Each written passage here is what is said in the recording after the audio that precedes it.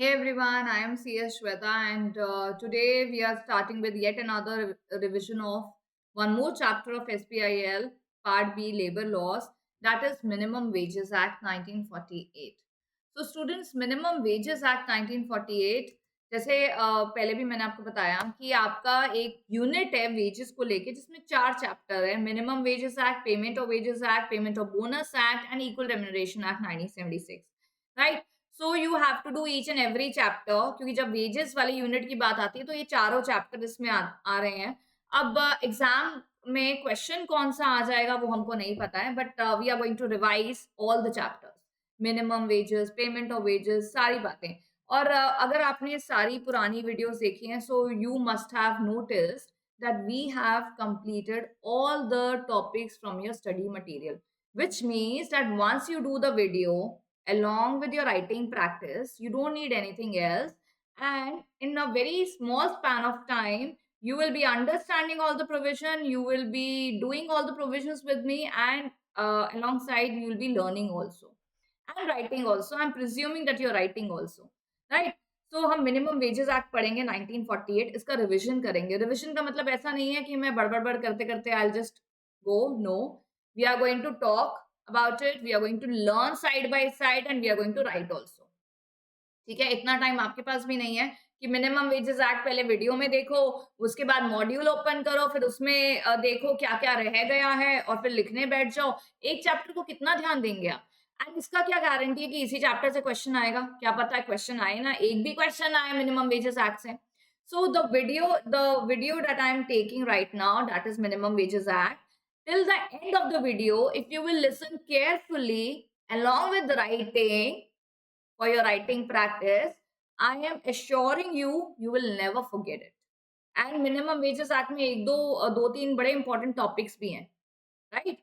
So let's do this chapter and let's remember this chapter. I'm sure अगर आपने ध्यान से सुन लिया, while giving the exam, you will be, my voice is going to be echo effect in examination hall कि हाँ क्या बोल रही थी मैम, क्या बोल रही थी, तो ध्यान से सुनना जरूरी है। Minimum Wages Act 1948 is to provide for fixing minimum wages. So Minimum Wages Act 1948 बनाई क्यों था? क्योंकि मिनिमम वेजेस का होना बहुत जरूरी है। अदरवाइज ये भी एक तरीके से आप अपने जो वर्कर हैं या एम्प्लॉयड पर्सन जो है, एम्प्लॉयज हैं, इनको एक्सप्लॉइट कर सकता है एम्प्लॉयर। कैसे? किसी को कम वेज दे रहा है, किसी को ज्यादा वेज दे रहा है। You understand? So minimum wages act shall be there. अभी एक वर्कर है, अभी उसको इतने कम पैसे दे रहे हो आप। अभी मिनिमम वेजेस अगर मैं बोलूँ एम्प्लॉयर खुद फिक्स कर ले, तो सोचो अगर आप एम्प्लॉयर हो, तो आप कितनी वेजेस दोगे अपने वर्कर को? जैसे-जैसे नंबर ऑफ वर्कर बढ़ेंगे ना, तुम उनकी वेजेस कम कर दोगे। कि अरे! मेरी कॉस्ट बढ़ रही है, लेबर कॉस्ट बढ़ रही है ना? कॉस्ट बढ़ती है तो प्रॉफिट कम हो जाता है बिज़नेस में। तो क्या होता है ना, employer employer will always B greed for profit, जिसमें वो हमेशा अपनी लेबर कॉस्ट का ध्यान रखेगा। एंड लेबर कॉस्ट एक ऐसी चीज़ है जो सबसे आसान है कम करना। एक्सप्लॉइटेड सेगमेंट है ना लेबर, लेबर को तो आप जितना मर्जी एक्सप्लॉइट कर लो। तो ये लॉ बनाए गए हैं लेबर के बेनिफिट के लिए, लेबर के राइट्स को आगे बढ़ाने के लिए कि that labour should have this right of minimum wages, right. अभी यहाँ पे मिनिमम वेजेस के बारे में बताया गया object and scope which says minimum wages act 15 March 1948 में आया था। That's my best friend's birthday date, 15 March 1948। National Commission on Labor has described the passing of the act as a landmark in the history of labor legislation in our country. Why landmark? Because this act has actually given the workers a right कि मेरे को इतना पैसा तो मिलना चाहिए. This is the minimum wages that I need to get. According to the preamble of minimum wages, the act is providing for fixing minimum rates of wages in certain employments. अच्छा एक बात बताइए, अभी ये जब मैं स्टार्ट करती हूँ जब भी ये चैप्टर, तो बच्चों का हमेशा क्वेश्चन आता है that why? ये तो एम्प्लॉयर का राइट है ना मैम, बिजनेस एम्प्लॉयर का, वर्कर उसने रखे हैं तो वो डिसाइड करेगा ना उसको कितने वेजेस देने हैं। Why there is a law for this? The major object of this law is that workers who even after working day and night they are not getting the wages that is viable for their survival, right? अभी तुम company secretary बनोगे, आपको अगर एक client उतनी fees नहीं दे रहा तो शायद आपके पास एक डिस्क्रिशनरी पावर है सिलेक्ट करने के लिए कि I will not take the work. I will not take the project of this client. I will not work in this particular company who's not paying me well, right? But workers. Workers के लिए एक माना जाता है कि वो बहुत ही ऐसे सेगमेंट से आते हैं जिसमें वो वॉइस रेज़ नहीं कर पाते।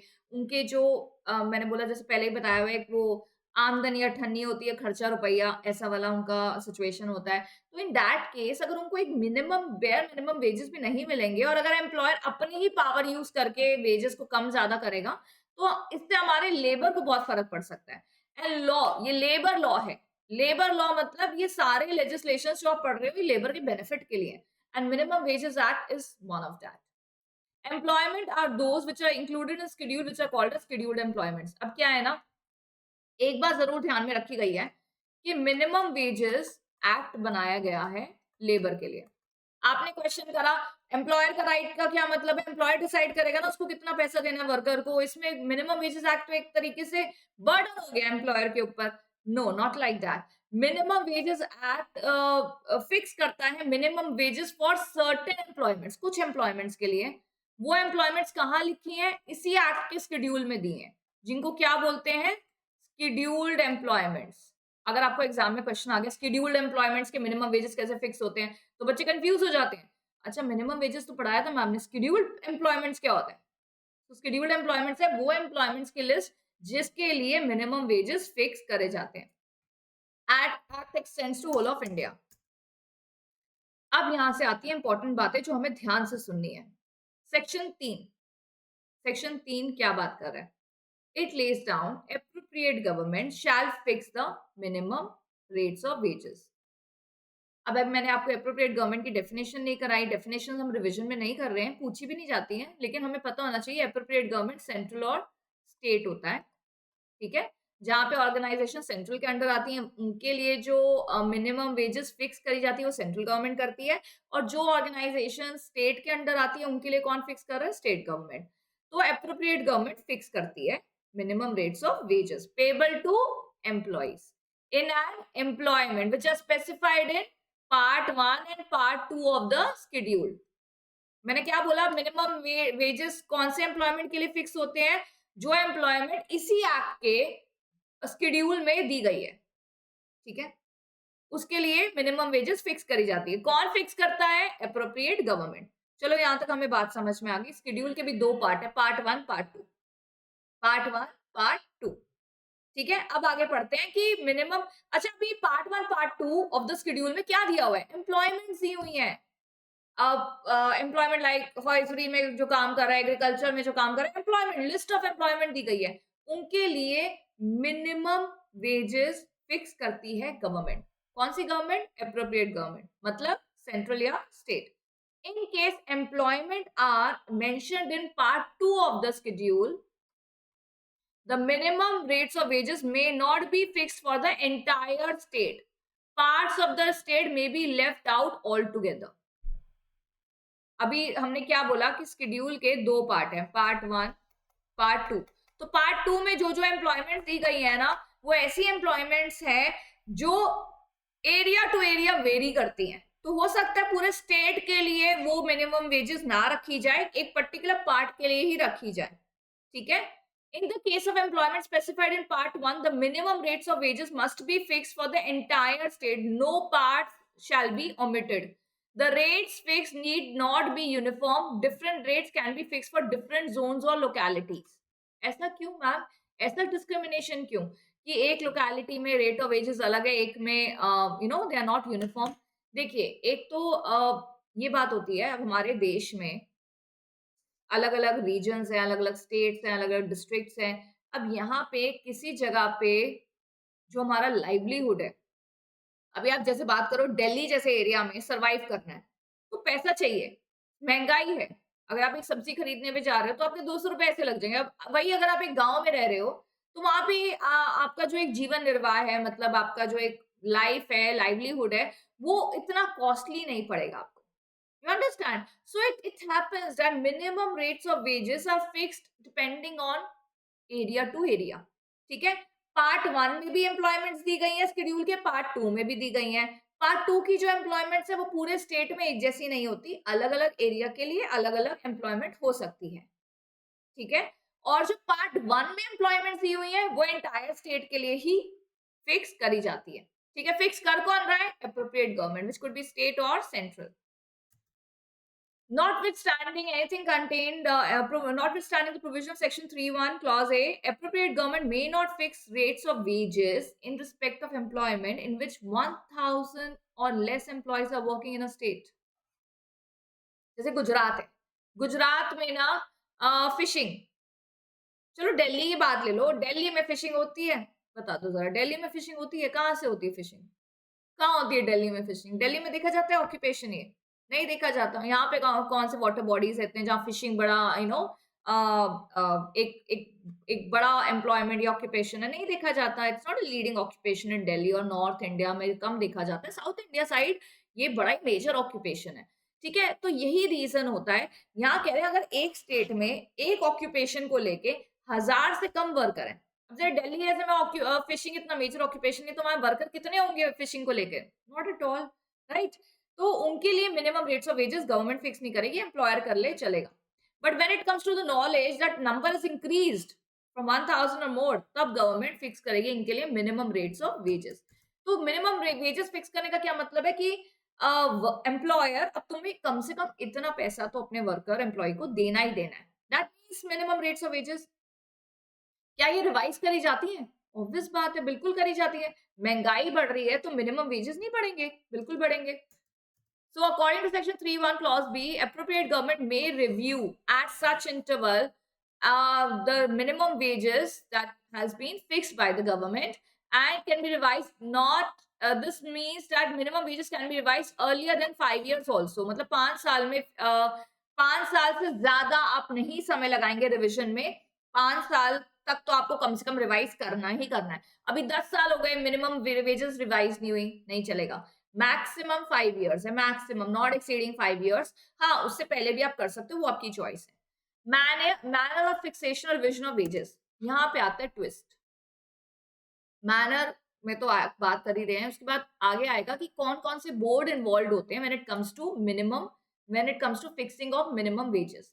So according to section 3 subsection 2, the government may fix minimum rate of wages for time rate के हिसाब से, पीस रेट के हिसाब से, guarantee time rate, overtime rate. These are the criteria जिसपे गवर्नमेंट मिनिमम वेजेस फिक्स करती है. Time rate, अभी कुछ क्षेत्रों में हमारे देश में टाइम रेट के बेसिस पे मिनिमम वेजेस होती है कि इतना समय आप काम करोगे तो आपको इतना पैसा मिलेगा. कुछ होते हैं पीस रेट कि आप इतनी चीज बनाओगे तो आपको मिनिमम इतना पैसा मिलेगा. कुछ होते हैं गारंटी टाइम रेट कि इतने इंटरवल तो करने ही करने हैं, नहीं तो आपको मिनिमम वेजेस नहीं मिलेगा. और ओवर टाइम रेट भी गवर्नमेंट फिक्स करती है जब आप एक निर्धारित समय से ज्यादा काम करते हैं, राइट. तो मैनर मतलब अगर मैं तुमको बोलूं कि अभी अभी मिनिमम वेजेस फिक्स करो, अगर मैं आपको बोलूं तो आप सोचोगे ना कि मैम कितना टाइम वर्कर काम करेगा, हम उसके बिहाफ पे करें या कितना आउटपुट वो निकालेगा उसके बिहाफ पे करें. सो मैनर 4 प्रकार से: time rate, piece rate, overtime rate, guarantee time rate. ठीक है, this is the manner of fixing minimum wages. अब यहाँ पे Section 3, subsection 3 provides that different minimum rates of wages may be fixed for different employments. So it's a very big task. आप सोचो, एक तो minimum wages fix करनी है, अपने में लेके सोचो कि तुम्हें मिनिमम वेजेस फिक्स करनी है, तुम्हें मैं बोल रही हूँ मिनिमम वेजेस फिक्स करो. एक तो आप हर एम्प्लॉयमेंट के लिए अलग फिक्स करोगे, डिफरेंट क्लास ऑफ वर्क के लिए, उसमें भी विमेन के लिए अलग, चिल्ड्रन के लिए अलग, एडोलसेंट्स के लिए अलग, अप्रेंटिसेस के लिए अलग, और डिफरेंट लोकेलिटीज में भी अलग. कितना हौश पौश नहीं है, मतलब कितना वेजेस को लेके हमने कितना कुछ. आपको क्या लगता है मिनिमम वेज मतलब एक वेज बता देंगे हमारा काम खत्म? No. Minimum wages fixation is a very complex task. It depends on employment scheduled है या नहीं, it depends on locality, it depends on area, it depends on the classes of worker, adult है कि मैन है कि women है, you know. Further minimum rates of wages may be fixed by any of the following period. इनका wage period भी देखना पड़ता है. कुछ होते हैं जिनको आवरली पेमेंट होती है, कुछ होते हैं जिनको day wise number of days के हिसाब से पेमेंट होती है, कुछ होते हैं बाय मंथ, और इससे ज्यादा large wage period as may be prescribe. जैसे कुछ होते हैं जो प्रोजेक्ट के हिसाब से काम करते हैं, 6 महीने का प्रोजेक्ट है उसके बाद मिलेगा, लाइक दैट. तो उसमें भी मिनिमम फिक्स करना पड़ता है कि पर डे मिनिमम इतना होना चाहिए अगर डे के हिसाब से पे कर रहे हो, पर आवर इतना होना चाहिए अगर आवर के हिसाब से पे कर रहे हो, राइट. तो मिनिमम वेज फिक्स करने से पहले ये सारे क्राइटेरियाज माइंड में रखने पड़ते हैं, राइट?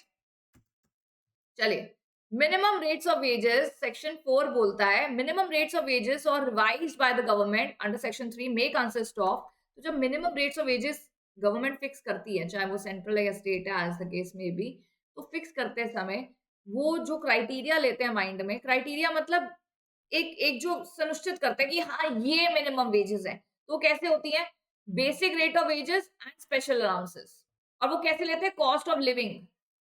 एक एरिया, अब जैसे दिल्ली की जो मिनिमम वेजेस हैं, और जो मैं कौन सी स्टेट का नाम लूं, जो जैसे दिल्ली मेट्रोपॉलिटन सिटी है, तो यहाँ पे मिनिमम वेजेस ज्यादा है। कोई ऐसी जगह है जिसका खर्चा उतना नहीं है, वहां पे कम है, तो कॉस्ट ऑफ लिविंग देखा जाता है।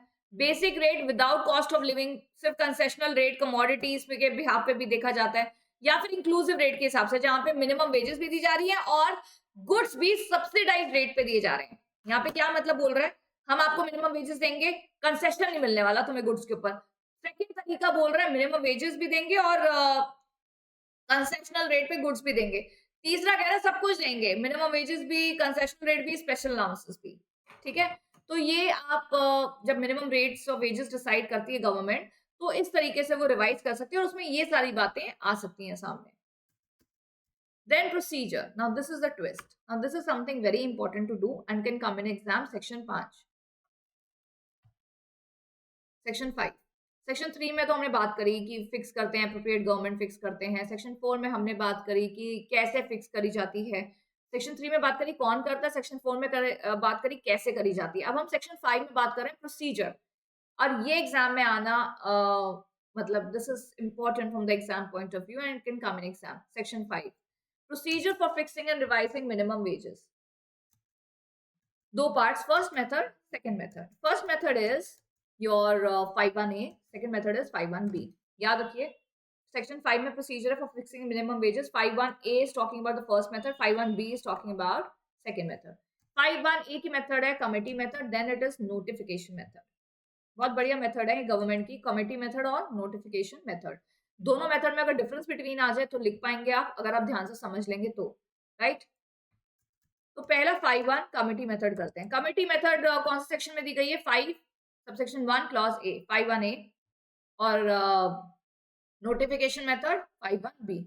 अच्छा, अब ऐसे याद रखो, पहले सी आता है या एन आता है? एबीसीडी में पहले सी आता है ना, तो committee method 51A, 51B notification method. बच्चे कभी इसमें भी कंफ्यूज हो जाते हैं, 51A नोटिफिकेशन था या 51A कमिटी था। ठीक है, तो याद रखना सी पहले आता है, committee method 51A, 51B is notification method. So committee method पढ़ते हैं। इसमें क्या है? कमिटी मेथड नाम से पता चल रहा है कोई कमिटी होंगी जरूर गवर्नमेंट द्वारा जो ये सब तय कर रही है। ठीक है, so let's do it. Appropriate government क्या करती है? Appoint committees, as many committees and subcommittees, और इनका काम क्या है? To hold inquiries and advice it respect of fixation और रिविजन ऑफ मिनिमम वेजेस। अभी कमिटी मेथड में गवर्नमेंट अपॉइंट कर रही है कमिटी, और कमिटी का काम क्या है? इंक्वायर करना उस एरिया में कि कितना लाइवलीहुड है, कॉस्ट ऑफ लिविंग इंडेक्स क्या है, कितना मिनिमम वेजेस होना चाहिए या उसका रिवीजन होना चाहिए। ये कमिटीज काम कर रही हैं, और ये कमिटीज क्या करेंगी? फिर एप्रोप्रिएट गवर्नमेंट को एडवाइस करेंगी फॉर फिक्सिंग और रिवाइजिंग। मतलब रिविजन की बात आती है तब भी ये मेथड होता है, फिक्सेशन की बात होती है तब भी ये तब भी ये मेथड होता है। आफ्टर कंसिडरिंग द एडवाइस, अब गवर्नमेंट ने इनको अपॉइंट करा, इनके पास आ गया एडवाइस, तो गवर्नमेंट क्या करेगी? नोटिफिकेशन डाल देगी ऑफिशियल गैजेट में, क्योंकि उनको कमेटी ने बताया कि ये इतना वेजेस रख लो या इतना रिवाइज कर लो, तो गवर्नमेंट क्या करेगी? अब इनकी एडवाइस के हिसाब से फिक्स करेगी minimum wages. The wage rate shall come into force from date as may be specified. तो एप्रोप्रिएट गवर्नमेंट जो डेट पे ऑफिशियल गैजेट में नोटिस मतलब नोटिस डालेगी, उस नोटिफिकेशन डालेगी, उस डेट से ये लागू होना शुरू हो जाएगी। If no date is specified, अगर कोई डेट स्पेसिफाई नहीं करी गई है, जैसे आज निकाला कि अब से मिनिमम रेट ऑफ वेजेस ये है, तो डेट भी तो बताई जाएगी कि किस डेट से ये लागू होने वाला है। अब ये थोड़ी ना आपने आज से बोल दिया तो बस प्रिज्यूम कर लें। तो यहाँ कह रहे हैं the wage rate shall come into force from the date as may be specified. तो वहां स्पेसिफाई करनी पड़ेगी। अगर कोई डेट स्पेसिफाई नहीं है तो ऑन द एक्सपायरी ऑफ 3 महीना, जैसे आज गवर्नमेंट ने नोटिफिकेशन डाल दिया कि आज से मिनिमम वेजेस हो गई 30,000 रुपए, वैसे है नहीं, बात करें 30,000 रुपए। तो आज की डेट जो दी है इसी डेट से इफेक्टिव है, ये आप डाल दीजिए नोटिफिकेशन में। अगर आपने कोई डेट नहीं डाली है तो 3 महीना खत्म होते ही वो नोटिफिकेशन लागू होना शुरू हो जाएगा। Composition of committee, section 9 of the act lays down that इस कमिटी में होता कौन है। इस कमिटी में होते हैं representative of employers and employees who shall be equal in number and independent person not exceeding 1/3 of the total number of members. तो यहाँ कह रहे हैं इस कमिटी में, ये जो कमिटी बनाई गई है, इस कमिटी में जितने भी लोग हैं, एक तो अगर 4 एम्प्लॉयर के हैं तो 4 एम्प्लॉय के होने चाहिए, कुछ इंडिपेंडेंट भी होना चाहिए। One of such independent person will be the chairman. समझ गए। तो इस कमिटी मेथड में एम्प्लॉयर का पर्सपेक्टिव भी समझना है, एम्प्लॉय का पर्सपेक्टिव भी समझना है। दोनों इक्वल नंबर में होते हैं और इंडिपेंडेंट पर्सन होते हैं जो 1/3 से ज्यादा नहीं होते।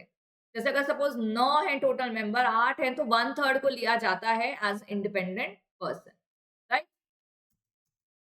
अगला मेथड आ जाता है नोटिफिकेशन मेथड। कौन सा सेक्शन है? 5(1)(b। अभी वो था कमिटी मेथड, कमिटी बना दी गई। यह है नोटिफिकेशन मेथड। इसमें क्या हो रहा है, इसमें गवर्नमेंट क्या कर रही है, by notification in the official gazette, publish the proposal for the information and person likely to be affected in the official gazette। मतलब आप एक बात सुनो, इसमें कमिटी की तो बात की बात आ रही है, इसमें सीधा नोटिफिकेशन डाल दी गई है। नोटिफिकेशन मेथड तभी तो बोला गया कि गवर्नमेंट ने क्या करा, सीधा नोटिफिकेशन डाल दिया कि हमारा ये प्रपोजल है मिनिमम वेजेस को लेके, and specify date not less than 2 months from the date of notification where the proposal will be taken into consideration. Government ने बोला देखो जनता, whosoever is affected by minimum wages, whether they are employer or their trade union, their employees, ये notification आई है, हमारा proposal आया, इस पे जो भी आपका ऑब्जेक्शन है या कोई भी सुझाव है 2 महीने के अंदर अंदर दे दो। ठीक है, ये नोटिफिकेशन मेथड है। फिर क्या हुआ, the representation receive will be considered by government. तो गवर्नमेंट के पास जो भी ऑब्जेक्शन या सजेशन या रिप्रेजेंटेशन आएंगे वो गवर्नमेंट कंसिडर करेगी। It will also consult advisory board constituted under section 7 thereafter fix or revise the minimum wages। अभी गवर्नमेंट ने क्या करा है, अप्रोप्रिएट गवर्नमेंट ने नोटिफिकेशन डाल दिया पहले प्रपोजल का। इस मेथड के तहत कमेटी मेथड तुमने कर लिया, उसमें कमेटी पहले अपॉइंट कर गई थी, नोटिफिकेशन बाद में आई थी। इसमें नोटिफिकेशन पहले है और कंसल्टेशन बाद में कर रहे हैं एडवाइजरी बोर्ड से। एडवाइजरी बोर्ड साथ साथ एडवाइस कर रहा है गवर्नमेंट को कि देखो आपको लोगों से रिप्रेजेंटेशंस मिल गई हैं, अब हम बैठ के एडवाइस देंगे आपको कि क्या एक पर्टिकुलर प्रपोजल आपको लाना चाहिए मिनिमम वेजेस को लेके। The new wage shall came into force as the date of notification. नहीं है कोई डेट तो वही 3 महीना, ये तो दोनों मेथड में सेम बात करी गई है। एडवाइजरी बोर्ड के कॉन्स्टिट्यूशन की बात कर लेते हैं। अंडर सेक्शन 7 है, कौन कॉन्स्टिट्यूट करता है, appropriate government, for the purpose of coordinating the work of committee sub committee and advising the government.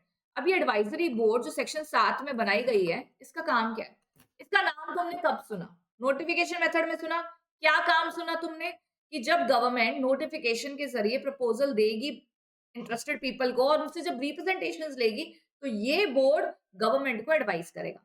साथ ही इस बोर्ड का एक और काम है, ये जो कमिटी मेथड में जो कमिटीज नहीं बनी थी, इनका काम भी देखना इसी एडवाइजरी बोर्ड का ऑब्जेक्टिव पर्पस है। According to section 9 to the act, the advisory board shall consist of the members nominated by appropriate government। ये भी appropriate government बनाती है। इसमें भी वही है, representing employer employees equal in number, independent person 1/3 से ज्यादा नहीं होने चाहिए और independent person में से ही चेयरमैन होता है। तो सेक्शन 7 का एडवाइजरी बोर्ड और तुम्हारे कमिटी के कॉन्स्टिट्यूशन सेम है, कॉम्पोजिशन सेम है, right. Central advisory board, section 8 में एक सेंट्रल एडवाइजरी बोर्ड भी है जो provides the central government shall appoint a central advisory board for the purpose of advising central government and state governments for fixation and revising of minimum wages act and for coordinating the work of advisory boards। तो जो section 7 में advisory board पढ़े, उसका central advisory board उसके भी ऊपर है जो सेंट्रल को एडवाइस करता है। अच्छा ये देखिए, मिनिमम वेजेस को फिक्स करने में सेंट्रल का ज्यादा योगदान है या स्टेट का। हर स्टेट में जब मैं बोल रही हूँ कि अलग मिनिमम वेजेस होती है तो आप सोचिए स्टेट गवर्नमेंट का कितना बड़ा योगदान है। अब स्टेट गवर्नमेंट में कौन सा मेथड यूज करना है वो स्टेट की मर्जी, कमेटी मेथड या नोटिफिकेशन मेथड। कमेटी मेथड में क्या होता है आपने पढ़ लिया, कमेटी बनाई जाती है, ठीक है। और नोटिफिकेशन मेथड में क्या होता है, पहले नोटिफिकेशन होती है। अब क्या है, दो बातें हमने पढ़ी, एडवाइजरी बोर्ड में एडवाइजरी बोर्ड पड़े और एक सेंट्रल एडवाइजरी बोर्ड पड़ा। एडवाइजरी बोर्ड नोटिफिकेशन मेथड में बहुत बड़ा काम करता है, वहां पे एडवाइस करता है स्टेट गवर्नमेंट को, और सेंट्रल एडवाइजरी बोर्ड किसको एडवाइस कर रहा है? सेंट्रल गवर्नमेंट को, with respect to different states, overall minimum wages, how to do this act, and in fact अलग अलग स्टेट के एडवाइजरी बोर्ड पे भी नजर रखते हैं सेंट्रल। तो central board consist of the person to be nominated by central government. वहां क्या आता है? एडवाइजरी बोर्ड को कौन अपॉइंट कर रहा है? Appropriate government. इनको कौन अपॉइंट कर रहा है? Central government. And they have the representative members of representing employer and employees in equal number, same not exceeding 1/3, and chairman। ये तो तीनों में एक एडवांटेज है, तीनों का कॉन्स्टिट्यूशन सेम है, कॉम्पोजिशन सेम है, कमिटी का भी, एडवाइजरी बोर्ड का भी और सेंट्रल एडवाइजरी बोर्ड का भी। वो सेक्शन 5 था कमिटी, एडवाइजरी बोर्ड सेक्शन 7 और central advisory board section 9, right. Minimum wage whether to be paid in cash और काइंड, वैसे it is to be paid in cash only, but अगर वहां पे कोई कस्टम ऐसा चल रहा है कोई ऐसे स्टेट में जहाँ पे कैश में भी पे होता है और एसेंशियल कमोडिटीज भी दी जाती है of the equal which is to be considered as a cash value commodities or concessional basis, तो कैश में भी दी जाती है और कंसेशनल रेट पे गुड्स भी दिए जाते हैं। Payment of minimum wages is obligatory on employer. Yes, payment of less than minimum rates of wages notified by government is an offense. ऐसे थोड़ी ना लॉ बनाया गया कि आप पे ही नहीं करोगे, डिडक्शन करोगे, इन अनएप्रोप्रिएट डिडक्शन अगर आप करोगे या कुछ भी आप ऐसा करते हो जो मिनिमम से कम दे रहे हो, तो that is definitely offensive. Fixing of normal working hours for as a working day. अभी क्या होता है ना, जब डे वाइज पेमेंट होती है ना वर्कर को, तो यहाँ पे भी एम्प्लॉयर क्या है, वो बदतमीजी करते हैं। वर्किंग डे, तुम्हारा तो इतना दिन ही नहीं हुआ पूरा, तुम्हें तो इतनी वेज नहीं मिलेगी। तो let's see, fixing of minimum rates of wages without reference to working hours may not achieve the purpose. तो एक आपको मिनिमम वेजेस मिल रहा है, और क्या आपने उतने घंटे या उतने दिन पूरे करे हैं कि आपको मिनिमम वेजेस मिल सके? तो उसके बारे में बात हो रही है। The normal working work shall constitute a normal working day inclusive of one or more intervals, day of rest in every period of 7 days। 7 day में एक छुट्टी होती है जो पेड है, मतलब उसके पैसा नहीं काटा जा रहा आपको। एंड ओवर टाइम का भी आप पैसा देंगे ही देंगे। आप उसको ये नहीं बोल सकते कि ओवर टाइम काम कर लिया तब हम तुम्हें मिनिमम वेजेस देंगे, नहीं। मिनिमम वेजेस तो नॉर्मल वर्किंग डे की मिलती है, ओवर टाइम का मीन्स एक्स्ट्रा पैसा देना एम्प्लॉयर को जरूरी है to workers, right. The above provision shall apply to following class of employee, not only to the extent subject to condition. Employees engaged in urgent work and emergency which could have been foreseen or prevented. Employees engaged in work in the nature of preparatory or complementary work. अभी देखो क्या है ना, एक worker था, वो छुट्टी पे चला गया अचानक और काम जल्दी कंप्लीट करना है, अर्जेंट वर्क है, ठीक है।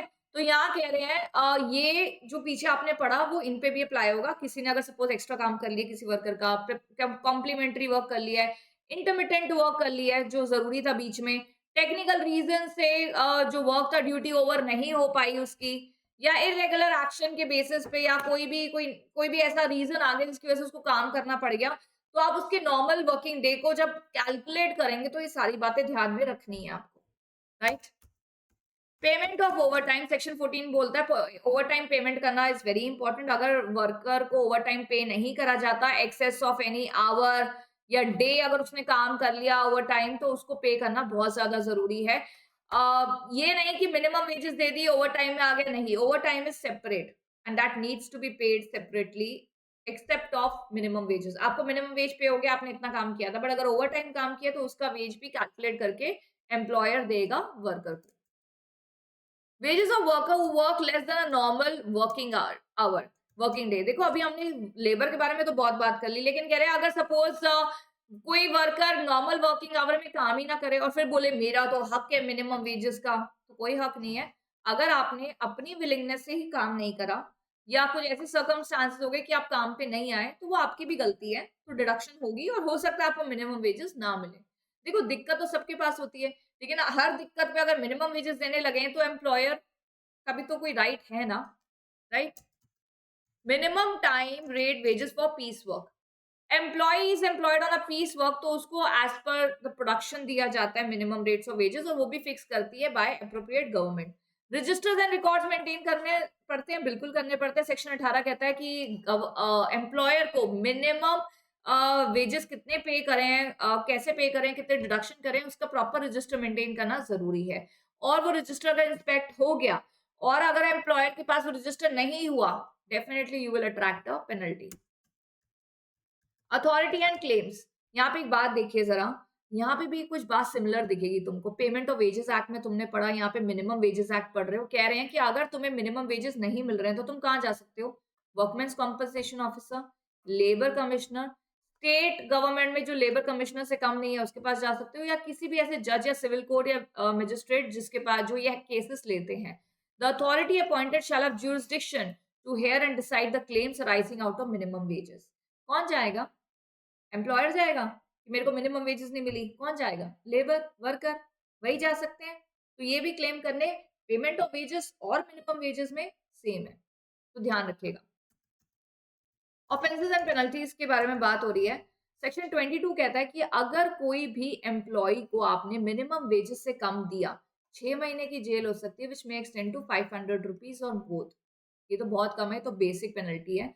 उसके बाद आपको कह रहा है कि अगर कोई पेनल्टी इस एक्ट में नहीं लिखी तो कम से कम 500 रुपए तो पेनल्टी जाएगी जाएगी तुम्हारी।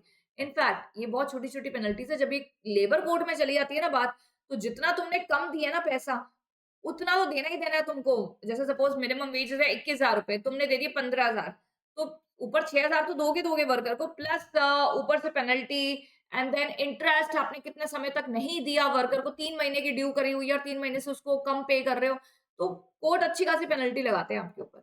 लेकिन अगर कोई पेनल्टी नहीं दी गई तो 6 महीने की जेल, या फिर फाइन जो 500 रुपए तक जा सकता है, या फिर both.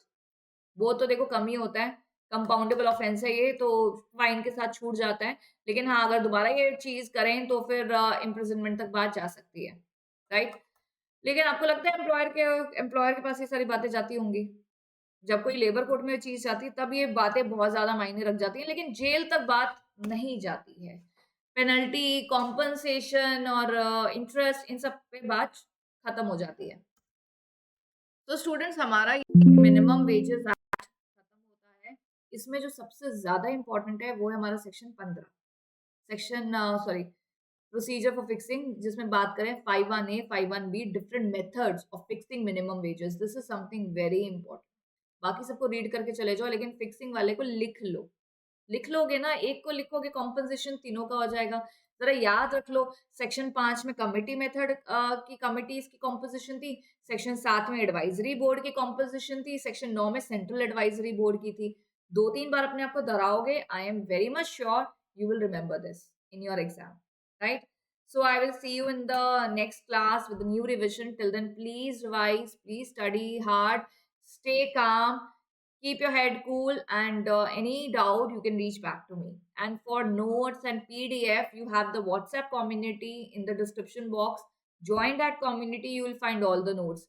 Even if you will not find it, नहीं मिलते आपको, तो अब my number is given there, you can just WhatsApp me, और Telegram channel का link है, वहाँ पे आप मैसेज कर दो, आपको I'll forward personally all the notes to you, right?